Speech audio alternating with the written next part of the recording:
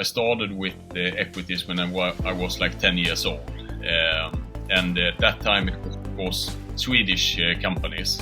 But I recall I have some pictures of me on the beach when I'm 10 years old reading annual reports. We started Tundra actually based on my view that I wanted to start the Pakistan Fund. The world's first, easily accessible Pakistan Fund. So that was the kind of the driving motive behind starting Tundra back in 2010. And kind of our idea behind this market is that this is a high growth area for the next 5 decades, and not so many foreign investors know a lot about them.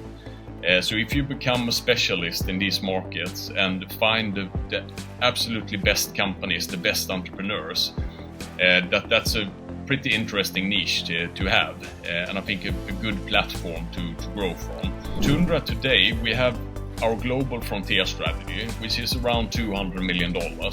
But then we actually, last year, we also got a new mandate, which is a $750 million mandate. Not everyone wants to invest in early growth markets like Pakistan and Vietnam.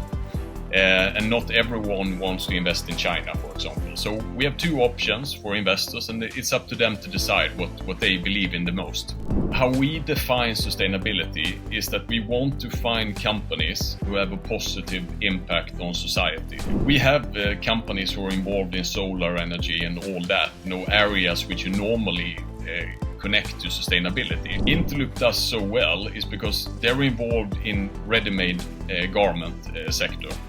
And the buyers of their products are constantly pressured by the consumers. The first thing I would emphasize is that if you invest in these markets, pay less attention to the price and pay more attention to the quality of the business.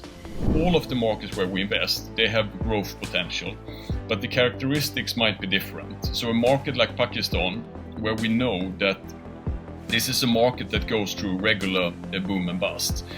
We have focused more on export companies. It's a big problem if you're a new investor and you want to open up an account in Pakistan.